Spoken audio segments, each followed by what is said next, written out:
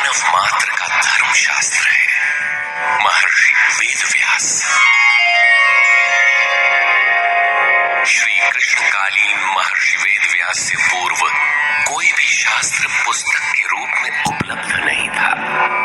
श्रुत ज्ञान की इस परंपरा को तोड़ते हुए उन्होंने 4 वेद, ब्रह्म सूत्र, महाभारत, भागवत एवं गीता जैसे ग्रंथों में पूर्व संचित भौतिक एवं आध्यात्मिक ज्ञान राशि को संकलित कर अंत में स्वयं ही निर्णय दिया कि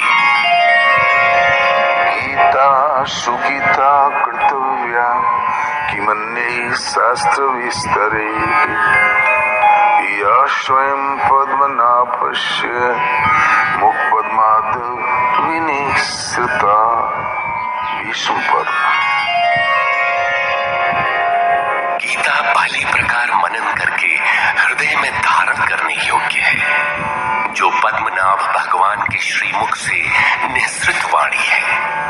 फिर अन्य शास्त्रों के संग्रह की क्या आवश्यकता?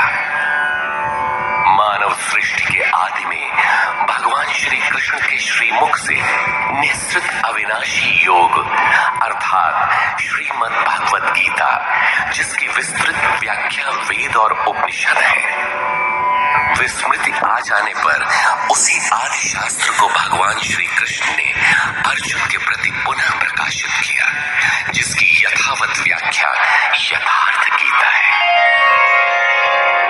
एकम शास्त्रम देवकी पुत्र गीतम एको देवो देवकी पुत्रेव एको मंत्र तस्य नामानि यानि कर्माप्येकम तस्य देवस्य सेवा। गीता महात्म। अर्थात एक ही शास्त्र है जो देवकी पुत्र भगवान ने श्रीमुख से गायन किया। गीता एक ही प्राप्त करने योग्य देव है। उस गायन में जो सत्य बताया, आत्मा सिवाय आत्मा के कुछ भी शाश्वत नहीं है। उस गायन में उन महायोगेश्वर ने क्या जपने के लिए कहा? ओम। अर्जुन, ओम अक्षय परमात्मा का नाम है, उसका जप कर और ध्यान मेरा धर। एक ही कर्म है। गीता में वर्णित परम देव एक परमात्मा की सेवा। उन्हें श्रद्धा से अपने हृदय में धारण करें। अस्तु, आरंभ से ही गीता आपका शास्त्र रहा है। भगवान श्री कृष्ण के हजारों वर्ष पश्चात परवर्ती जिन महापुरुषों ने एक ईश्वर को सत्य बताया, गीता के ही पथ पर चलने वाले पथिक हैं, गीता के ही संदेशवाहक हैं। ईश्वर से ही लौकिक एवं पारलौकिक सुखों की कामना, ईश्वर से डरना, अन्य किसी को ईश्वर न मानना, यहां तक तो सभी महापुरुषों ने बताया।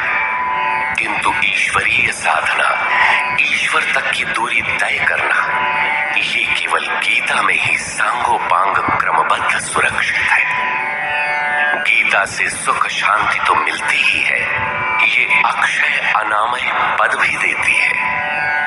देखिए श्रीमद् भगवत गीता की टीका, यथार्थ गीता।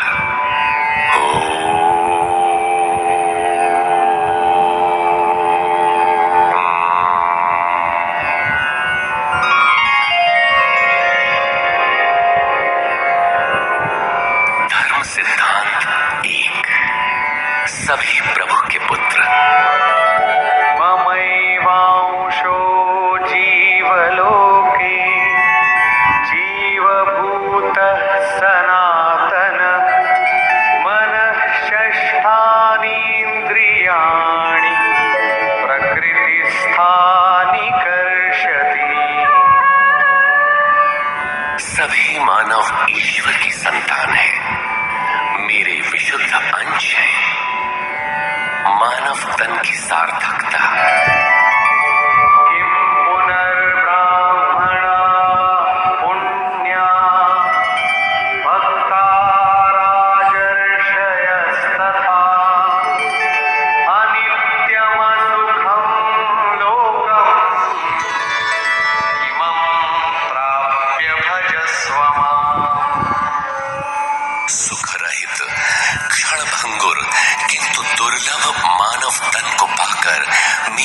भजन कर, अर्थात भजन का अधिकार मनुष्य शरीरधारी को है।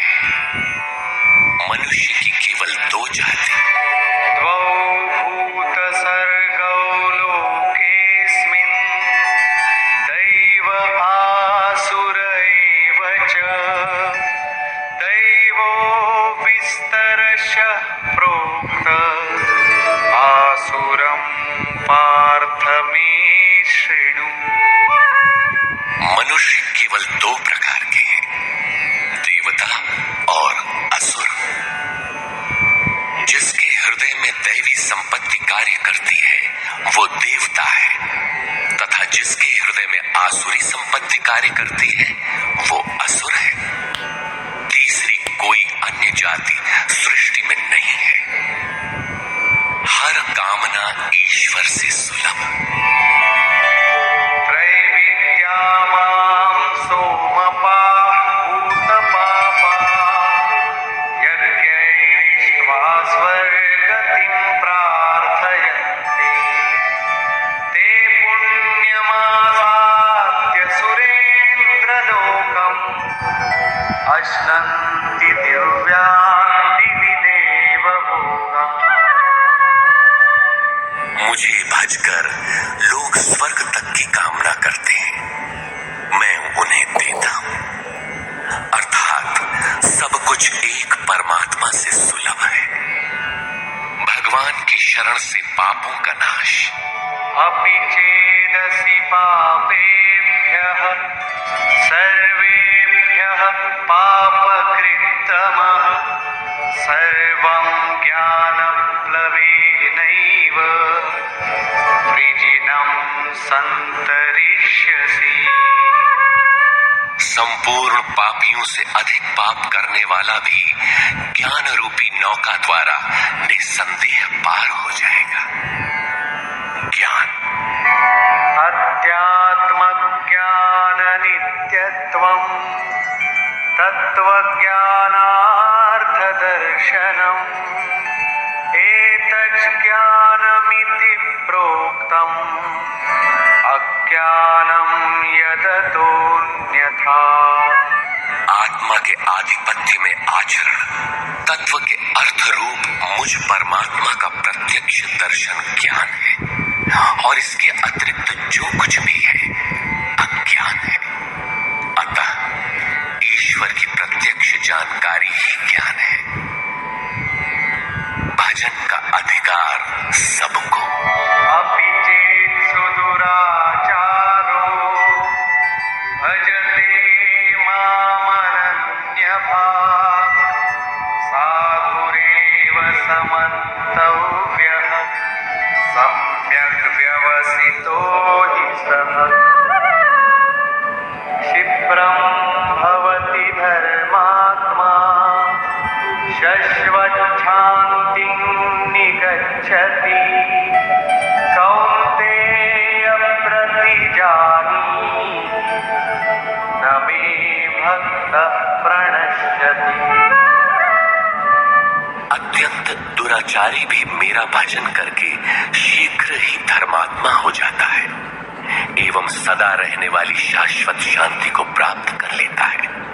अतः धर्मात्मा वो है जो एक परमात्मा के प्रति समर्पित है, और भजन करने का अधिकार दुराचारी तक को है। भगवत पथ में बीज का नाश नहीं। देहाभिक्रमनाशोऽस्ति प्रत्यवायो न विद्यते। स्वल्पमप्यस्य धर्मस्य ध्यायते महतो भयात्। धर्म अर्थात आत्मदर्शन की क्रिया का स्वल्प आचरण भी जन्म मरण के महान भय से उद्धार करने वाला होता है। धर्म अपरिवर्तनशील है। ईश्वर का निवास। ईश्वर सर्वभूतार्जुन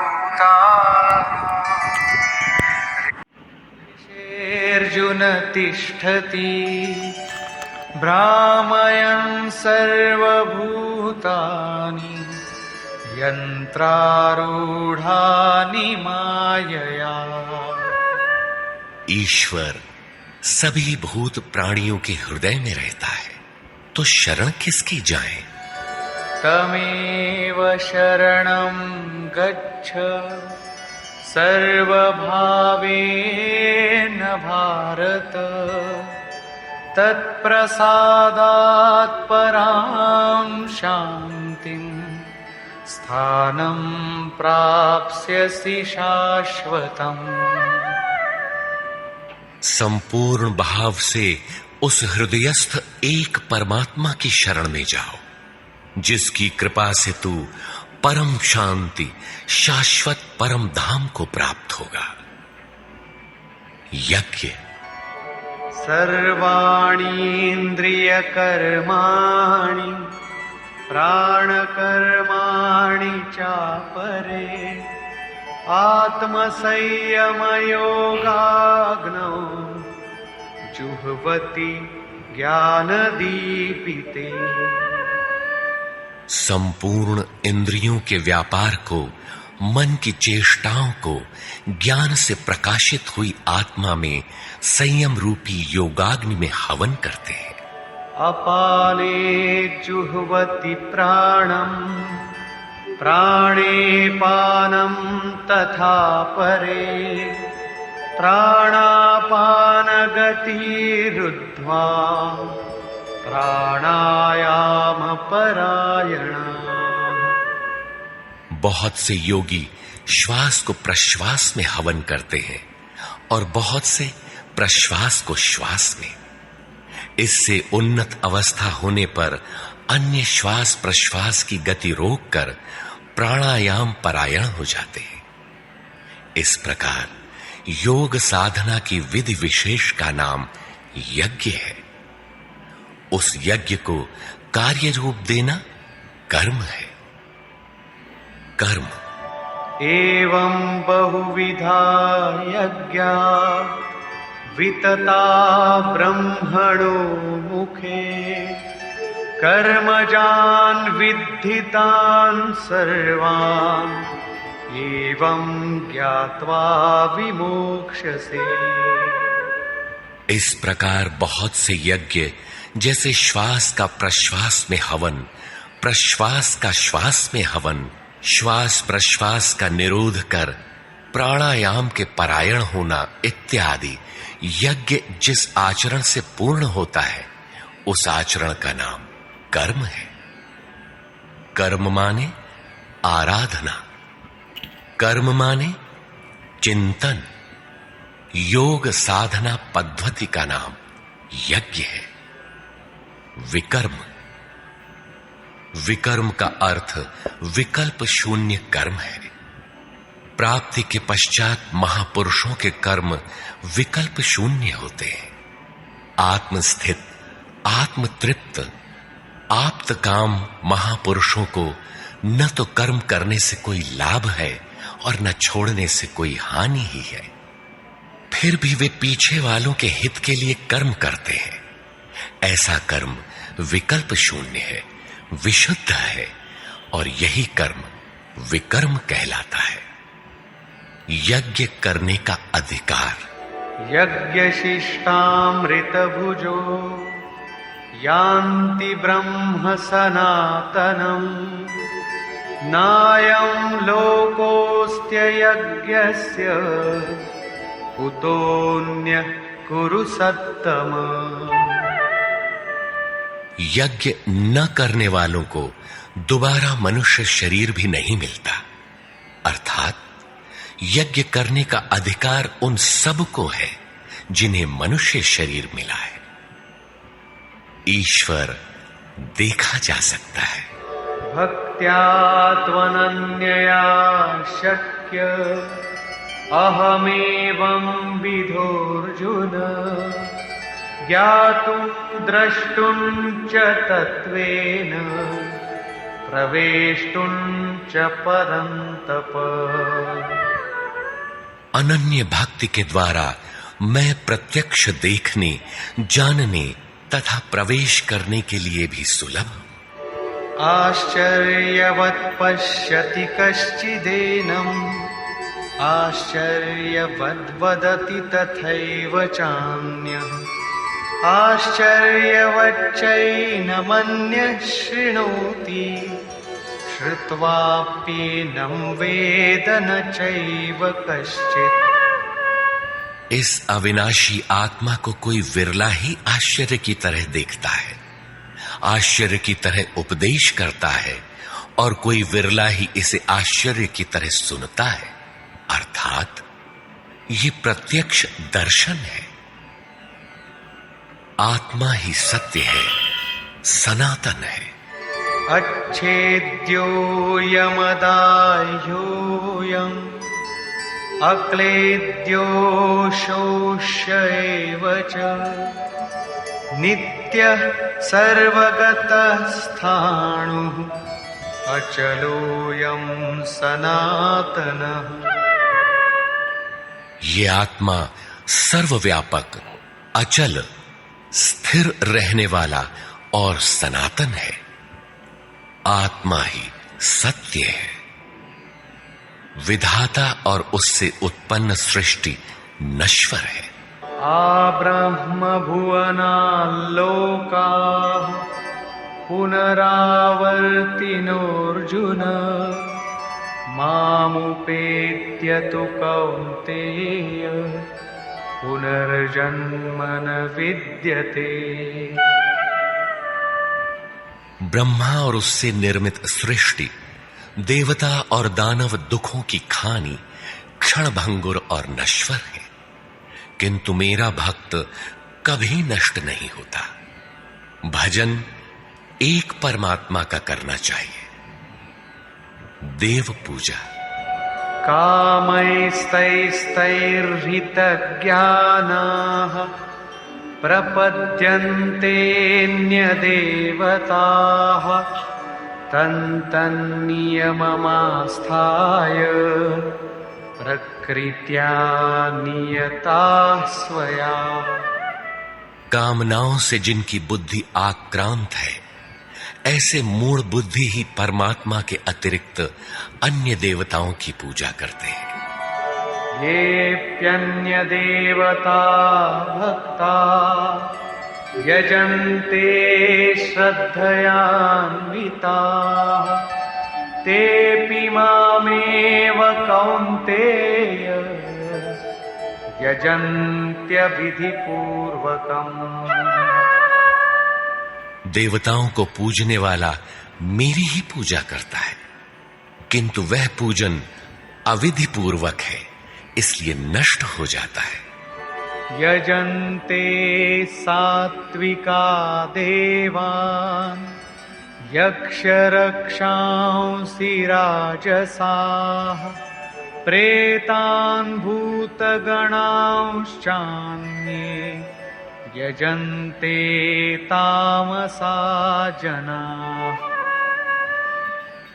अर्जुन, शास्त्र विधि को त्याग कर भजने वाले सात्विक श्रद्धा वाले देवताओं को, राजस पुरुष यक्ष राक्षसों को और तामस पुरुष भूत प्रेतों को पूजते हैं, किंतु कर्षयन्तः शरीरस्थम् भूतग्राममचेतसः मां चैवान्तः शरीरस्थम् तान् विद्यासुरनिश्चयान्। वे शरीर रूप से स्थित भूत समुदाय और अंतर्यामी रूप में स्थित मुझ परमात्मा को कृश करने वाले हैं। उनको तू असुर जान। अर्थात देवताओं को पूजने वाले भी आसुरी वृत्ति के अंतर्गत हैं। अधम। तानहं द्विषतः क्रूरान् संसारेषु नराधमान् क्षिपाम्यजस्रमशुभान् आसुरीष्वेव योनिषु। जो यज्ञ की नियत विधि छोड़ कल्पित विधियों से यजन करते हैं, वे ही क्रूर कर्मी, पापाचारी तथा मनुष्यों में अधम है, अन्य कोई अधम नहीं है। नियत विधि क्या है? ओमित्येकाक्षरं ब्रह्म व्याहरन् मामनुस्मरन् यः प्रयाति त्यजन् देहं स याति परमां गतिम्। ओम जो अक्षय ब्रह्म का परिचायक है, उसका जप तथा मुझ एक परमात्मा का स्मरण, तत्वदर्शी महापुरुष के संरक्षण में ध्यान। शास्त्र इति गुह्यतमं शास्त्रम् इदमुक्तं मया नघ एतद्बुद्ध्वा बुद्धिमान् स्यात् कृतकृत्यश्च भारत। इस प्रकार यह अति गोपनीय शास्त्र मेरे द्वारा कहा गया। इसे तत्व से जानकर मनुष्य पूर्ण ज्ञाता तथा कृतार्थ हो जाता है। अतः योगेश्वर श्री कृष्ण की यह वाणी स्वयं में पूर्ण शास्त्र है। तस्मात् शास्त्रं प्रमाणन्ते कार्याकार्यव्यवस्थितौ ज्ञात्वा शास्त्रविधानोक्तं कर्म कर्तुमिहार्हसि। कर्तव्य और अकर्तव्य के निर्धारण में शास्त्र ही प्रमाण है। अतः गीता में निर्धारित विधि से आचरण करें। धर्म सर्वधर्मान् परित्यज्य मामेकं शरणं व्रज अहं त्वा सर्वपापेभ्यो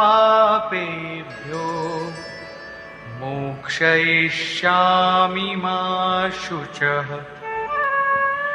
धार्मिक उथल पुथल को छोड़ एकमात्र मेरी शरण हो जा, अर्थात एक भगवान के प्रति पूर्ण समर्पण ही धर्म का मूल है।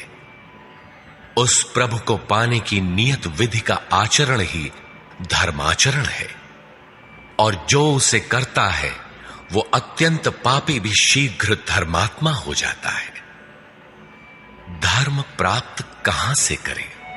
ब्रह्मणो हि प्रतिष्ठाहम् अमृतस्याव्ययस्य च शाश्वतस्य च धर्मस्य सुखस्य एकांतिकस्य च। उस अविनाशी ब्रह्म का, अमृत का, शाश्वत धर्म का और अखंड एक रस आनंद का मैं ही आश्रय हूं, अर्थात परमात्म स्थित सद्गुरु ही इन सब का आश्रय है। नोट: विश्व के सारे धर्मों की सत्य धारा एक ईश्वर गीता का ही प्रसारण है।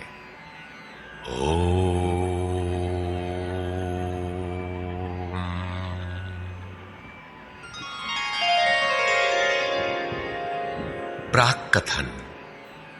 वस्तुतः गीता पर टीका लिखने की अब कोई आवश्यकता प्रतीत नहीं होती, क्योंकि इस पर सहस्त्रों टीकाएं लिखी जा चुकी हैं, जिनमें 50 तो केवल संस्कृत में ही है। गीता को लेकर 50 मत है, जबकि सबकी आधारशिला एकमात्र गीता है। योगेश्वर श्री कृष्ण ने तो कोई एक बात कही होगी, फिर यह मतभेद क्यों? वस्तुतः वक्ता एक ही बात कहता है, किंतु श्रोता यदि 10 बैठे हों तो 10 प्रकार के आशय ग्रहण करते हैं। व्यक्ति की बुद्धि पर तामसी, राजसी अथवा सात्विक गुणों का जितना प्रभाव है, उसी स्तर से उस वार्ता को पकड़ पाता है। इससे आगे वो समझ नहीं पाता। अतः मतभेद स्वाभाविक है। विभिन्न मतवादों से और कभी-कभी एक ही सिद्धांत को अलग-अलग काल और भाषाओं में व्यक्त करने से साधारण मनुष्य संशय में पड़ जाता है। बहुत सी टीकाओं के बीच वह सत्य धारा भी प्रवाहित है, किंतु शुद्ध अर्थ वाली एक टीका हजारों टीकाओं के बीच रख दी जाए तो उनमें यह पहचानना कठिन हो जाता है कि यथार्थ कौन है। वर्तमान काल में गीता की बहुत सी टीकाएं हो गई हैं। सभी अपनी अपनी सत्यता का उद्घोष करती हैं, किंतु गीता के शुद्ध अर्थ से वे बहुत दूर हैं। निस्संदेह कुछ महापुरुषों ने सत्य का स्पर्श भी किया, किंतु कतिपय कारणों से वे उसे समाज के समक्ष प्रस्तुत न कर सके। श्री कृष्ण के आशय को हृदयंगम न कर पाने का मूल कारण है कि वे एक योगी थे। श्री कृष्ण जिस स्तर की बात करते हैं, क्रमशः चलकर उसी स्तर पर खड़ा होने वाला कोई महापुरुष ही अक्षरशः बता सकेगा कि श्री कृष्ण ने जिस समय गीता का उपदेश दिया था उस समय उनके मनोगत भाव क्या थे। मनोगत समस्त भाव कहने में नहीं आते, कुछ तो कहने में आ पाते हैं, कुछ भाव भंगिमा से व्यक्त होते हैं और शेष पर्याप्त क्रियात्मक हैं, जिन्हें कोई पथिक चलकर ही जान सकता है।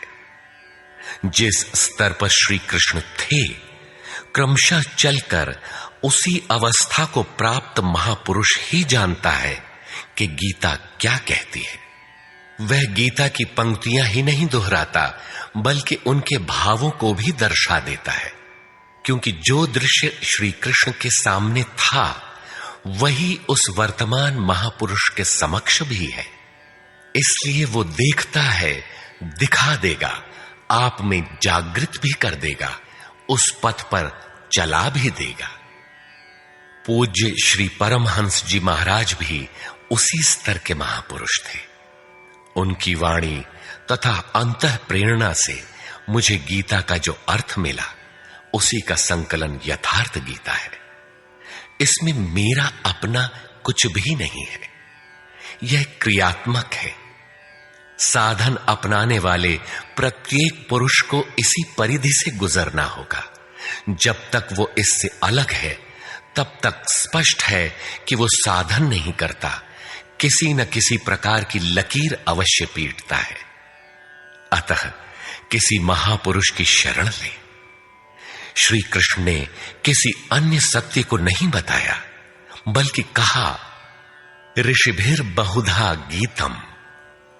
ऋषियों ने अनेकों बार जिसका गायन किया है वही कहने जा रहा हूं। उन्होंने यह नहीं कहा कि उस ज्ञान को केवल मैं ही जानता हूं या मैं ही बताऊंगा, बल्कि कहा, किसी तत्वदर्शी के पास जाओ, निष्कपट भाव से सेवा करके उस ज्ञान को प्राप्त करो। श्री कृष्ण ने महापुरुषों द्वारा शोधित सत्य को ही उद्घाटित किया है। गीता सुबोध संस्कृत में है। यदि अन्वयार्थ ही लें तो गीता का अधिकांश आप स्वयं हृदयंगम कर सकेंगे, किंतु आप ज्यों का त्यों अर्थ नहीं लेते। उदाहरण के लिए श्री कृष्ण ने स्पष्ट कहा कि यज्ञ की प्रक्रिया ही कर्म है, फिर भी आप कहते हैं कि खेती करना कर्म है। यज्ञ को स्पष्ट करते हुए उन्होंने बताया कि यज्ञ में बहुत से योगी जन प्राण में अपान को हवन करते हैं, बहुत से अपान में प्राण को हवन करते हैं, बहुत से योगी प्राण अपान दोनों को रोककर प्राणायाम परायण हो जाते हैं, बहुत से योगी इंद्रियों की संपूर्ण प्रवृत्तियों को संयमाग्नि में हवन करते हैं। इस प्रकार श्वास प्रश्वास का चिंतन यज्ञ है, मन सहित इंद्रियों का संयम यज्ञ है। शास्त्रकार ने स्वयं यज्ञ बताया, फिर भी आप कहते हैं कि विष्णु के निमित्त स्वाहा बोलना, अग्नि में जौ तिल घी का हवन करना यज्ञ है। उन योगेश्वर ने ऐसा एक शब्द भी नहीं कहा। क्या कारण है कि आप समझ नहीं पाते? बाल की खाल निकालकर रटने पर भी क्यों वाक्य विन्यास ही आपके हाथ लगता है? आप अपने को यथार्थ जानकारी से शून्य ही क्यों पाते हैं? वस्तुतः मनुष्य जन्म लेकर क्रमशः बड़ा होता है तो पैतृक संपत्ति, घर, दुकान, जमीन जायदाद, पद प्रतिष्ठा, गाय भैंस, यंत्र उपकरण इत्यादि उसे विरासत में मिलती है। ठीक इसी प्रकार उसे कुछ रूढ़ियां, परंपराएं, पूजा पद्धतियां भी विरासत में मिल जाती हैं। 33 करोड़ देवी देवता तो भारत में बहुत पहले गिने गए थे। विश्व में उनके अनगिनत रूप हैं। शिशु ज्यों ज्यों बड़ा होता है, अपने माता पिता, भाई बहन, पास पड़ोस में इनकी पूजा देखता है। परिवार में प्रचलित पूजा पद्धतियों की अमिट छाप उसके मस्तिष्क पर पड़ जाती है। देवी की पूजा मिली तो जीवन भर देवी देवी रटता है। परिवार में भूत पूजा मिली तो भूत भूत रटता है। कोई शिव तो कोई कृष्ण तो कोई कुछ पकड़े ही रहता है। उन्हें वो छोड़ नहीं सकता। ऐसे भ्रांत पुरुष को गीता जैसा कल्याणकारी शास्त्र मिल भी जाए तो वो उसे नहीं समझ सकता। पैतृक संपदा को कदाचित वो छोड़ भी सकता है, किंतु इन रूढ़ियों और मजहबी पचड़ों को नहीं मिटा सकता।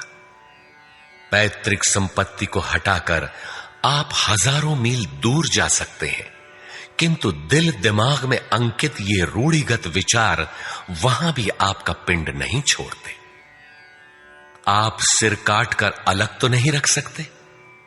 अतः आप यथार्थ शास्त्र को भी उन्हीं रूढ़ियों, रीति रिवाजों, मान्यताओं और पूजा पद्धतियों के अनुरूप ढाल कर देखना चाहते हैं।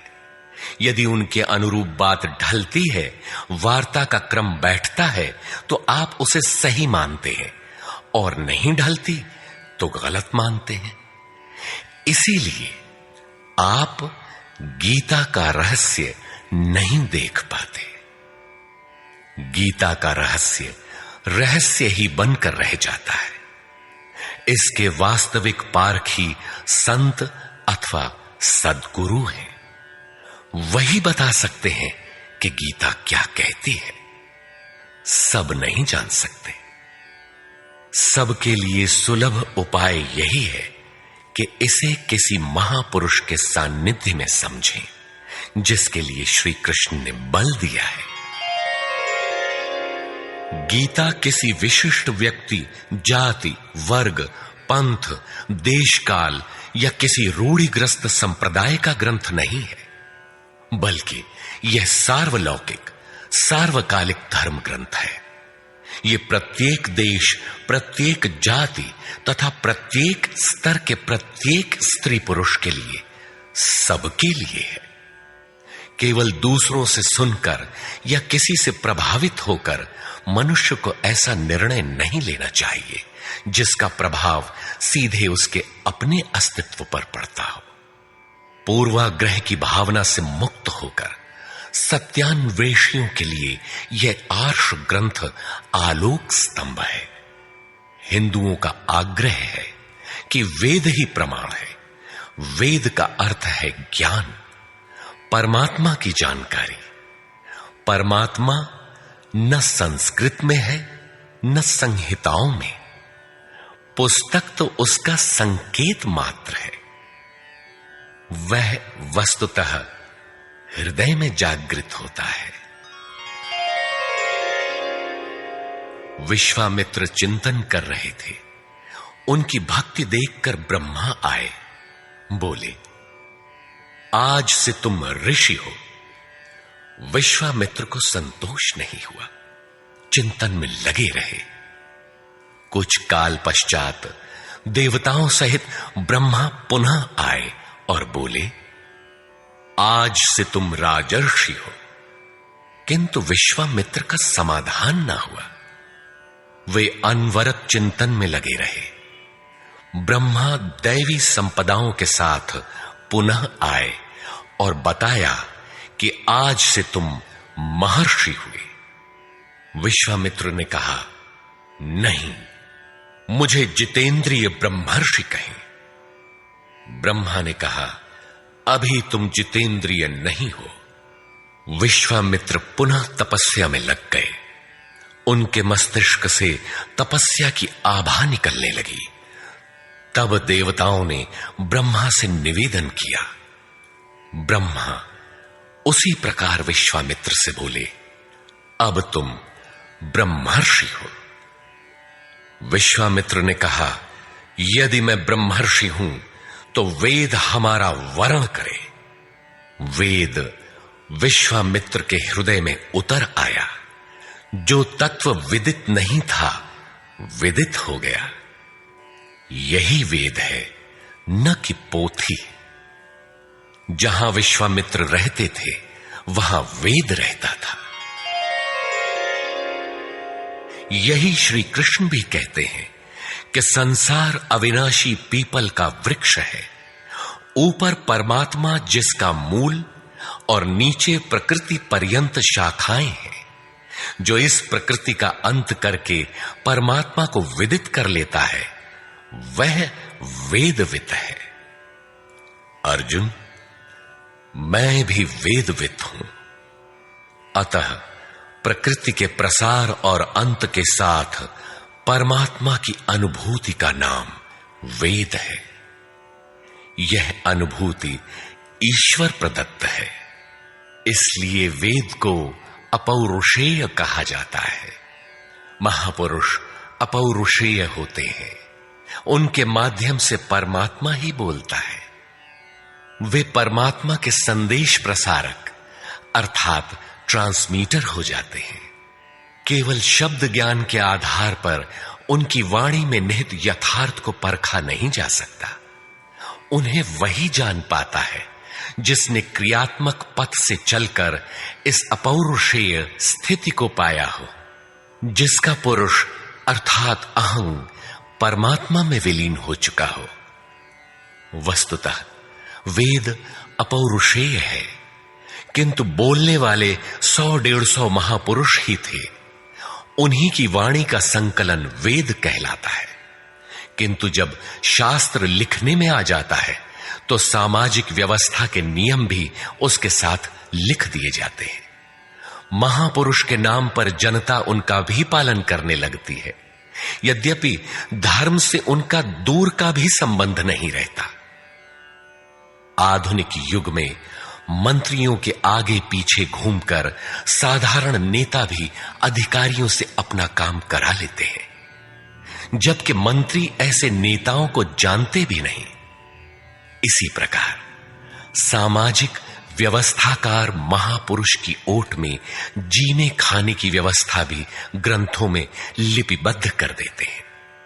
उनका सामाजिक उपयोग तत्सामयिक ही होता है। वेदों के संबंध में भी यही है। वेद के 2 भाग हैं, कर्मकांड और ज्ञान कांड। कर्मकांड समाज शास्त्र है, जैसे वास्तुशास्त्र, आयुर्वेद, धनुर्वेद, गंधर्व वेद इत्यादि। ज्ञान कांड उपनिषद है। उनका भी मूल योगेश्वर श्री कृष्ण की प्रथम वाणी गीता है। सारांशत गीता अपौरुषेय परमात्मा से समुद्भूत उपनिषद सुधा का सार सर्वस्व है।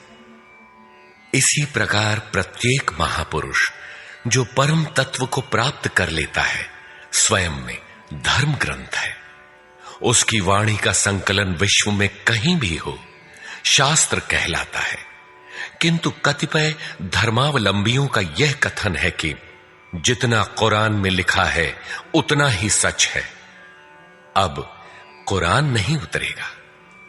ईसा मसीह पर विश्वास किए बिना स्वर्ग नहीं मिल सकता। वह ईश्वर का इकलौता बेटा था। अब ऐसा महापुरुष नहीं हो सकता। उनकी रूढ़िवादिता है। यदि उसी तत्व को साक्षात कर लिया जाए तो वही बात फिर होगी। गीता सार्वभौम है। धर्म के नाम पर प्रचलित विश्व के समस्त धर्म ग्रंथों में गीता का स्थान अद्वितीय है। यह स्वयं में धर्मशास्त्र ही नहीं बल्कि अन्य धर्म ग्रंथों में निहित सत्य का मानदंड भी है। गीता वह कसौटी है जिस पर प्रत्येक धर्म ग्रंथ में अनुस्यूत सत्य अनावृत हो उठता है, परस्पर विरोधी कथनों का समाधान निकल आता है। प्रत्येक धर्म ग्रंथ में संसार में जीने खाने की कला और कर्म कांडों का बाहुल्य है। जीवन को आकर्षक बनाने के लिए उन्हें करने तथा न करने के रोचक भयानक वर्णनों से धर्म ग्रंथ भरे पड़े हैं। कर्मकांडों की इसी परंपरा को जनता धर्म समझने लगती है। जीवन निर्वाह की कला के लिए निर्मित पूजा पद्धतियों में देश काल और परिस्थितियों के अनुसार परिवर्तन स्वाभाविक है। धर्म के नाम पर समाज में कलह का यही एकमात्र कारण है। गीता इन क्षणिक व्यवस्थाओं से ऊपर उठकर आत्मिक पूर्णता में प्रतिष्ठित करने का क्रियात्मक अनुशीलन है, जिसका एक भी श्लोक भौतिक जीवन यापन के लिए नहीं है। इसका प्रत्येक श्लोक आपसे आंतरिक युद्ध आराधना की मांग करता है। तथाकथित धर्म ग्रंथों की भांति यह आपको स्वर्ग या नरक के द्वंद्व में फंसाकर नहीं छोड़ता, बल्कि उस अमरत्व की उपलब्धि कराता है जिसके पीछे जन्म मृत्यु का बंधन नहीं रह जाता। प्रत्येक महापुरुष की अपनी शैली और कुछ अपने विशिष्ट शब्द होते हैं। योगेश्वर श्री कृष्ण ने भी गीता में कर्म, यज्ञ, वर्ण, वर्ण संकर, युद्ध, क्षेत्र, ज्ञान इत्यादि शब्दों पर बार बार बल दिया है। इन शब्दों का अपना आशय है और पुनरावृत्ति में भी इनका अपना सौंदर्य है। हिंदी रूपांतरण में इन शब्दों को उसी आशय में लिया गया है तथा आवश्यक स्थलों की व्याख्या भी की गई है। गीता के आकर्षण निम्नलिखित प्रश्न हैं, जिनका आशय आधुनिक समाज खो चुका है। वे इस प्रकार हैं जिन्हें यथार्थ गीता में आप पाएंगे। श्री कृष्ण एक योगेश्वर थे। सत्य, आत्मा ही सत्य है। सनातन, आत्मा सनातन है, परमात्मा सनातन है। सनातन धर्म परमात्मा से मिलाने वाली क्रिया है। युद्ध दैवी एवं आसुरी संपदाओं का संघर्ष युद्ध है। ये अंतःकरण की दो प्रवृत्तियां हैं। इन दोनों का मिटना परिणाम है। युद्ध स्थान, यह मानव शरीर और मन सहित इंद्रियों का समूह युद्ध स्थल है। ज्ञान, परमात्मा की प्रत्यक्ष जानकारी ज्ञान है।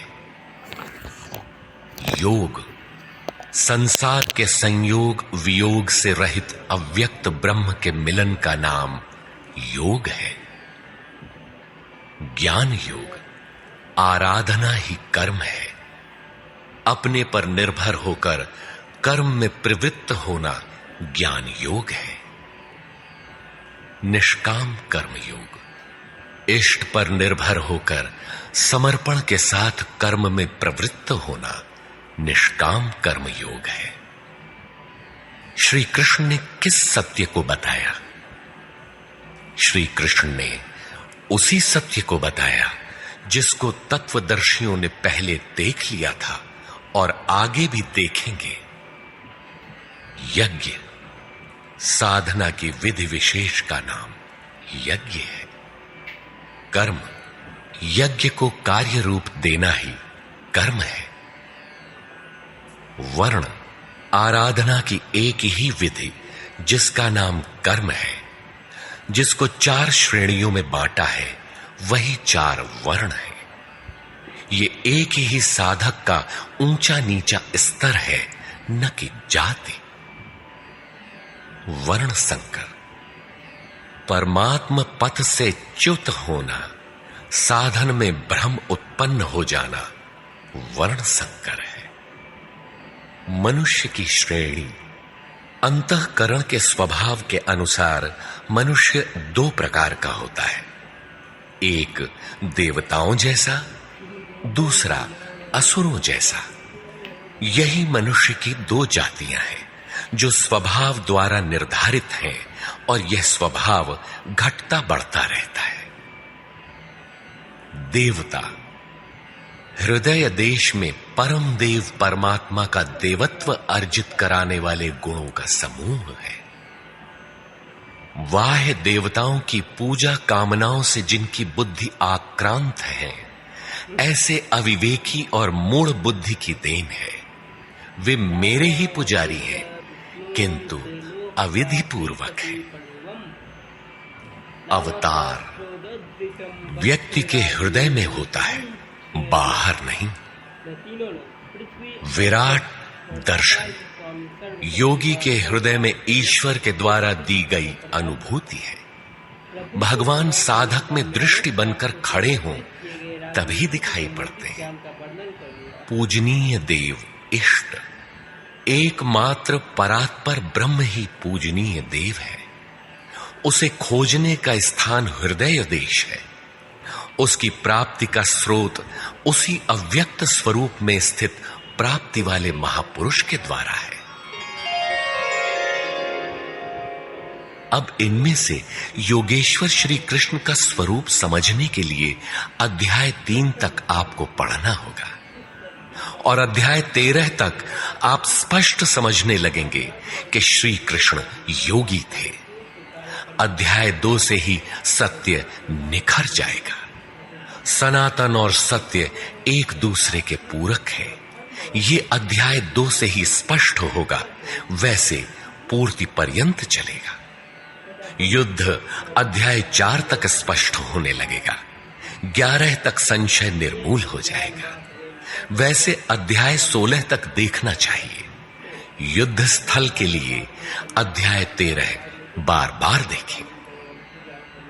ज्ञान अध्याय 4 से स्पष्ट होगा, तथा अध्याय 13 में भली प्रकार समझ में आएगा कि प्रत्यक्ष दर्शन का नाम ज्ञान है। योग अध्याय 6 तक आप समझ सकेंगे। वैसे पूर्ति पर्यंत योग के विभिन्न अंशों की परिभाषा है। ज्ञान योग अध्याय 3 से 6 तक स्पष्ट हो जाएगा। आगे देखने की कोई विशेष आवश्यकता नहीं है। निष्काम कर्म योग अध्याय 2 से आरंभ होकर पूर्ति पर्यंत है। यज्ञ आप अध्याय 3 से 4 तक पढ़ें, स्पष्ट हो जाएगा। कर्म का नाम अध्याय 2/39 में प्रथम बार लिया गया है। इसी श्लोक से अध्याय 4 तक पढ़ लें तो स्पष्ट हो जाएगा कि कर्म का अर्थ आराधना भजन क्यों है। अध्याय 16 और 17 यह विचार स्थिर कर देता है कि यही सत्य है। वर्ण संकर अध्याय 3 में और अवतार अध्याय 4 में स्पष्ट हो जाएगा। वर्ण व्यवस्था के लिए अध्याय 18 देखना होगा। वैसे संकेत अध्याय 3 और 4 में भी है। मनुष्य की देवासुर जातियों के लिए अध्याय 16 द्रष्टव्य है। विराट दर्शन अध्याय 10 से 11 तक स्पष्ट हो गया है।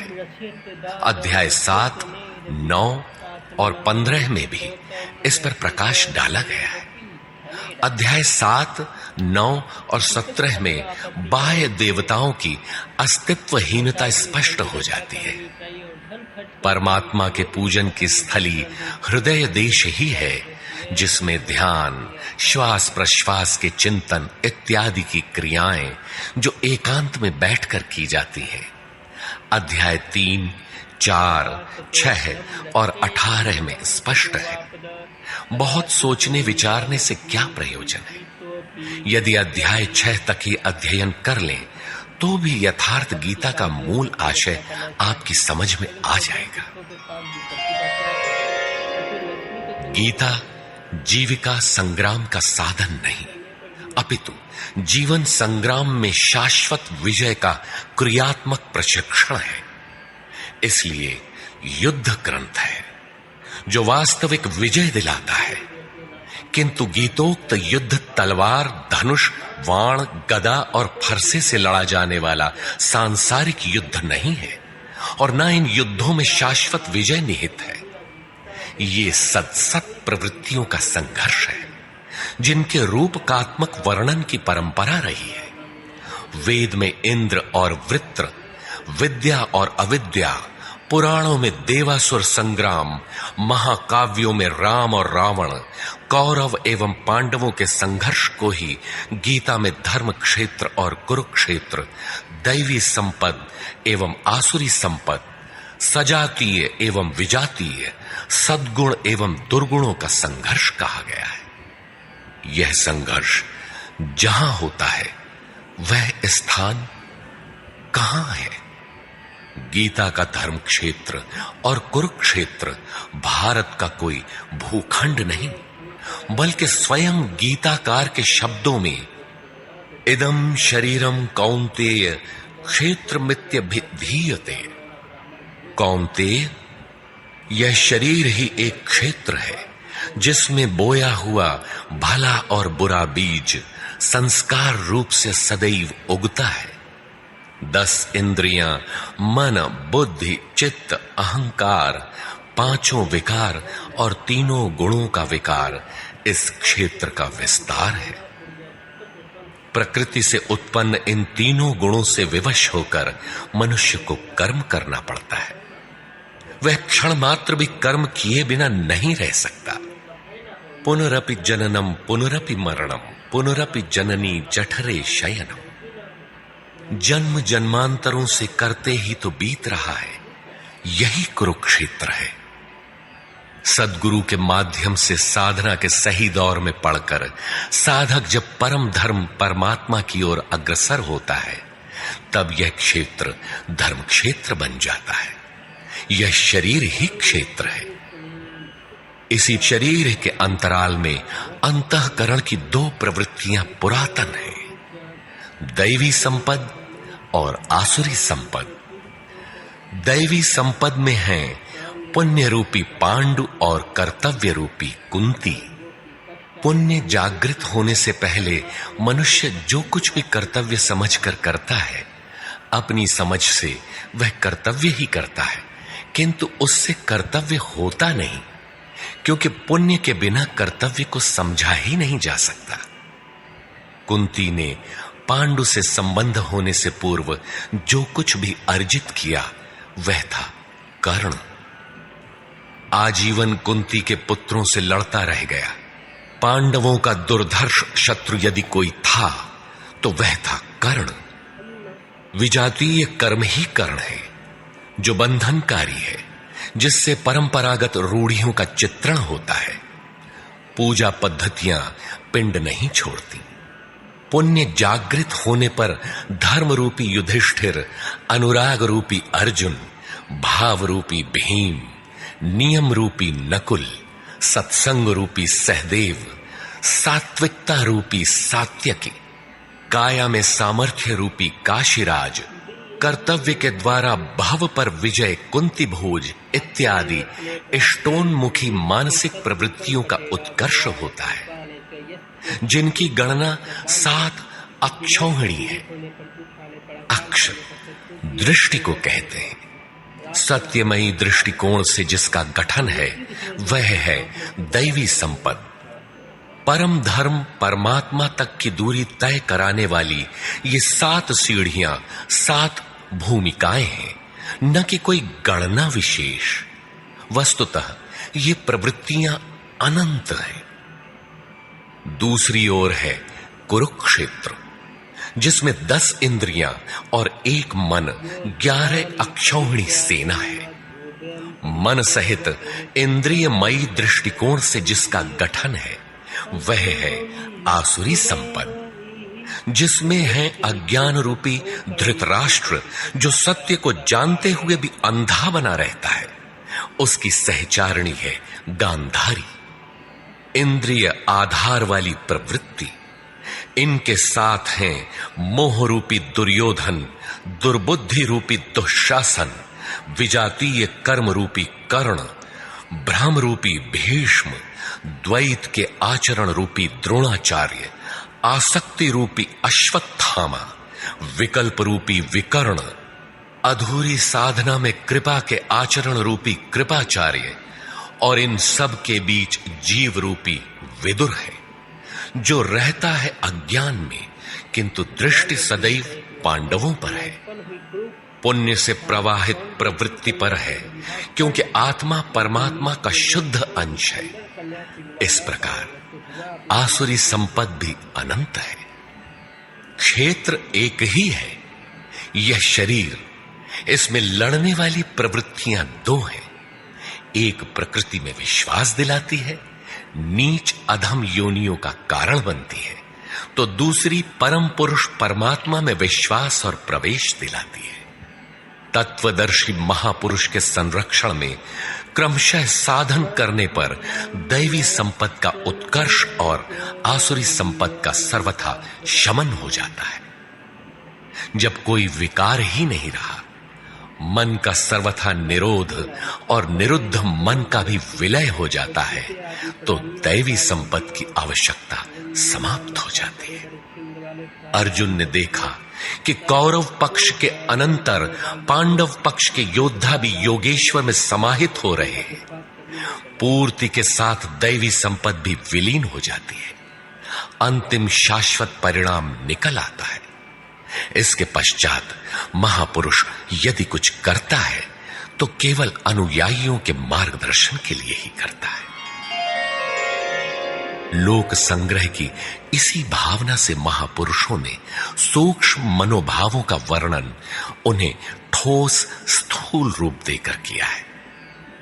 गीता छंदोबद्ध है, व्याकरण सम्मत है, किंतु इसके पात्र प्रतीकात्मक है, अमूर्त योग्यताओं के मूर्त रूप मात्र है। गीता के आरंभ में 30-40 पात्रों का नाम लिया गया है, जिनमें आधे सजातीय हैं, आधे विजातीय। कुछ पांडव पक्ष के हैं, कुछ कौरव पक्ष के। विश्व रूप दर्शन के समय इनमें से 4-6 नाम पुनः आए, अन्यथा संपूर्ण गीता में इन नामों की चर्चा तक नहीं है। एकमात्र अर्जुन ही ऐसा पात्र है जो आरंभ से अंत तक योगेश्वर के समक्ष है। वह अर्जुन भी केवल योग्यता का प्रतीक है, न कि व्यक्ति विशेष। गीता के आरंभ में अर्जुन सनातन कुल धर्म के लिए विकल है, किंतु योगेश्वर श्री कृष्ण ने इसे अज्ञान बताया और निर्देश दिया कि आत्मा ही सनातन है, शरीर नाशवान है, इसलिए युद्ध कर।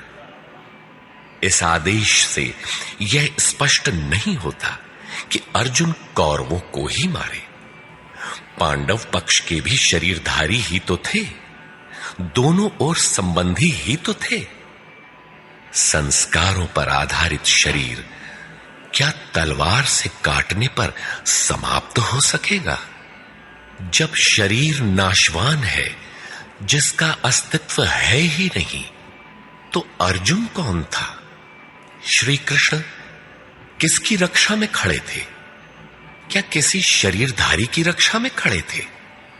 श्री कृष्ण ने कहा, जो शरीर के लिए परिश्रम करता है वह पापायु मूढ़ बुद्धि पुरुष व्यर्थ ही जीता है। यदि श्री कृष्ण किसी शरीरधारी की रक्षा में खड़े हैं, तब तो वे भी मूढ़ बुद्धि हैं, व्यर्थ ही जीने वाले हैं।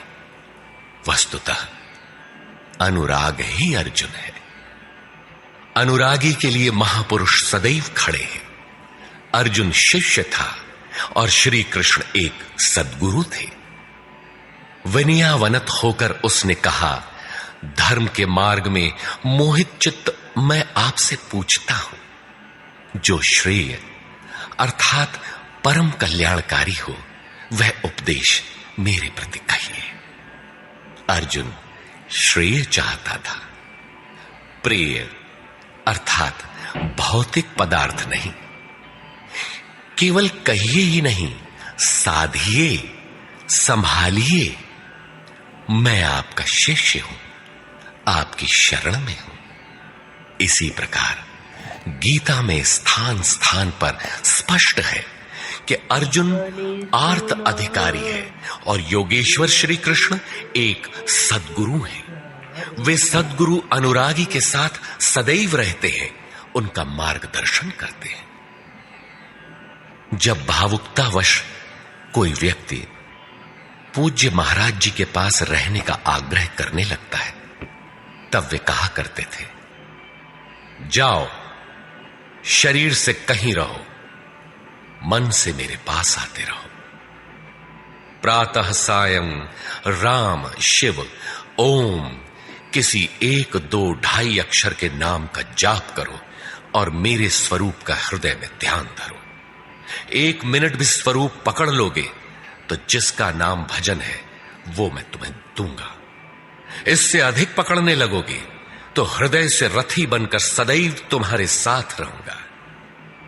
जब सूरत पकड़ में आ जाती है तो इसके बाद महापुरुष इतना ही पास में रहते हैं जितना हाथ, पांव, नाक, कान इत्यादि आपके पास है। आप हजारों किलोमीटर दूर क्यों ना हो,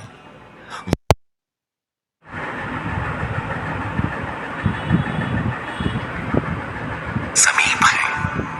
मन में विचारों के उठने से भी पहले वे मार्गदर्शन करने लग जाते हैं। अनुरागी के हृदय में वह महापुरुष सदैव आत्मा से अभिन्न होकर जागृत रहते हैं। अर्जुन अनुराग का प्रतीक है। गीता के 11वें अध्याय में योगेश्वर श्री कृष्ण का ऐश्वर्य देखने पर अर्जुन अपनी क्षुद्र त्रुटियों के लिए क्षमा याचना करने लगा। श्री कृष्ण ने क्षमा किया और याचना के अनुरूप सौम्य स्वरूप में आकर कहा, अर्जुन, मेरे इस स्वरूप को न पहले किसी ने देखा है और न भविष्य में कोई देख सकेगा।